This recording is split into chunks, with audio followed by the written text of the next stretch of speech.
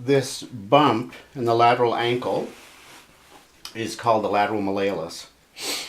And it's the bottom part of the fibula, which is the lateral kind of thin bone. The big thicker bone is the tibia. So it's really easy to find, and it's easy to find the underneath, the undersurface of that. And to mobilize it superiorly, you capture it with this little indentation between these two ridges on your hand,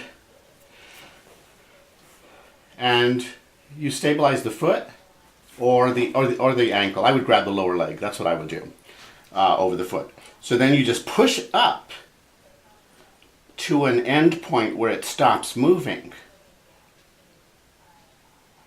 And you keep that steady force pointing up towards the outside of the knee, and you maintain that force for 2 minutes.